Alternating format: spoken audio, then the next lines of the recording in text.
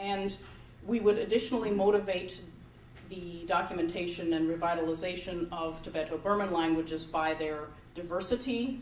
They're estimated between 250 and 400 languages, and the high proportion of under or undescribed languages. And I just want to show you this visually because it's very impressive.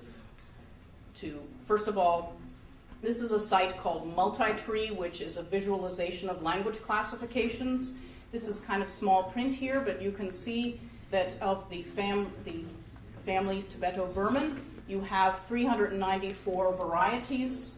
Now, if you don't agree with this classification, you can write in your own classification and then get your own visualization of a classification. So let's not quibble about that, but let's just look here for a moment. So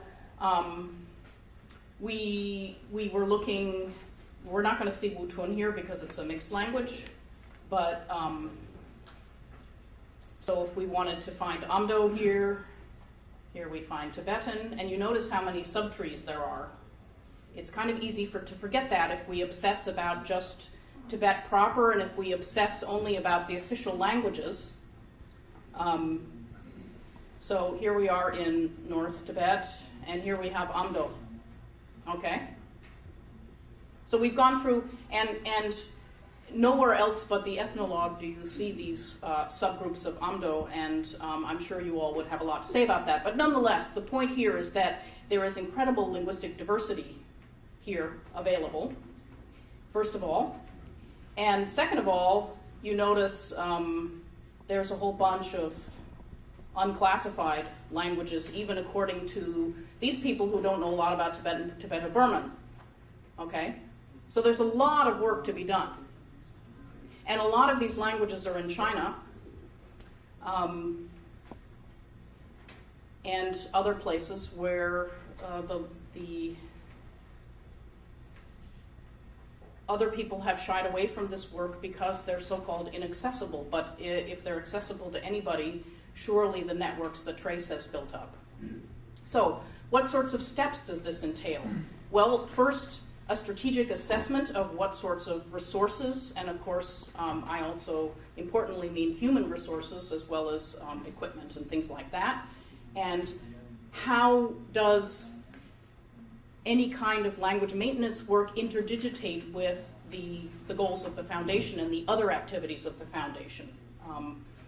Then collaborations with speaker communities primarily, but governments, other NGOs, language archives, and not just people who work in Tibeto-Burman, and revitalization specialists, and not just people who work on Tibeto-Burman. So there's a lot of specialists working on indigenous languages of North America right around here who have very interesting perspectives and a lot of experience, particularly on the applied area of language pedagogy that could be of interest. Multimedia documentation, both audio and visual and annotated, as David Germano has been doing with his Tibetan Himalayan digital library extremely successfully. The preparation of language materials, pedagogical materials, grammars for both children and adults, and dictionaries. And again, it's important to remember that the materials created must primarily be useful for community members, and that you may have more than one audience for these materials. So foreign linguists or foreign readers may have a totally different take. They may be more interested in the theoretical side of the linguistics or whatever on the materials, and so sometimes we find ourselves preparing two or more versions. And then training, well, this is what Trace does well, but particularly training of language workers. One aspect of language revitalization training that has worked well, particularly for endangered languages, is the so-called master-apprentice approach pioneered by Leanne Hinton. She actually has a more recent book than this, 1994, How to Keep Your Language Alive. I think that's 2001. Is also a handbook of pairing an elder speaker with a young person and having them live together and live in the language together, cooking, doing local rituals and every living life, and so therefore you get many language domains and in a very naturalistic setting. It's not a classroom setting. Okay. Another possible step would be working towards a language and cultural portal, internet portal. And rather than explain what emailed is, although it might be interesting to look up, okay, I'll explain what emailed is. This is an endangered language portal for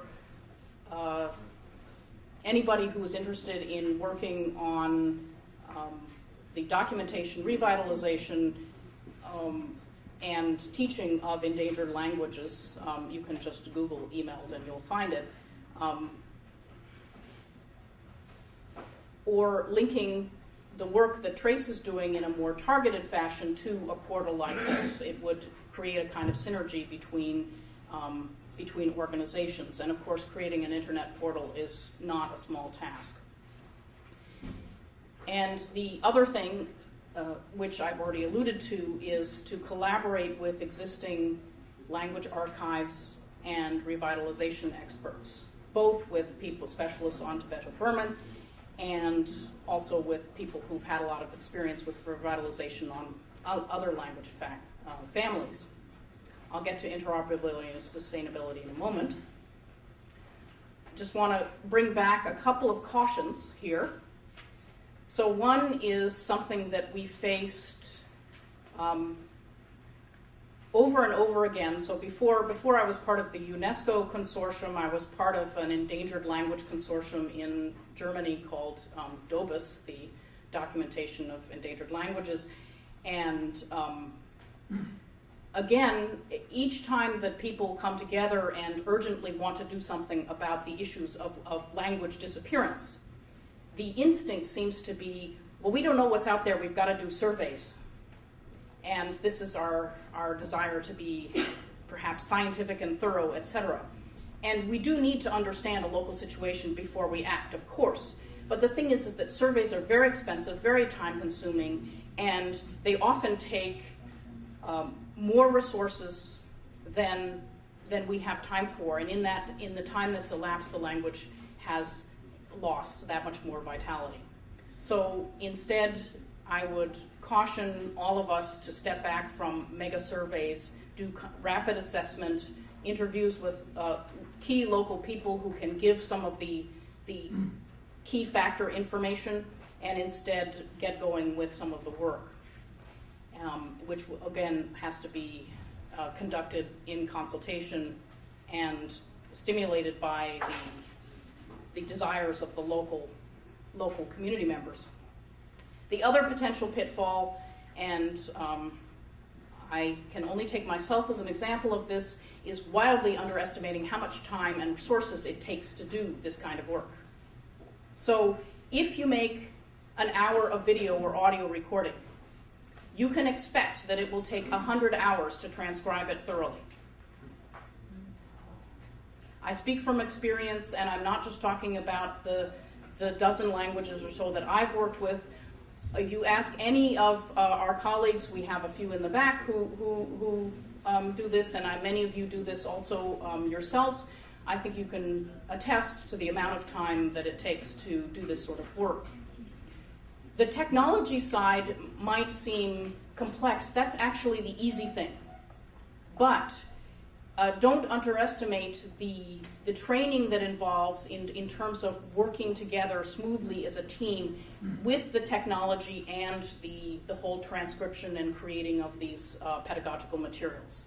That takes training and retraining and working on this team dynamics, and that takes a lot of time and energy. Okay, just a little caution.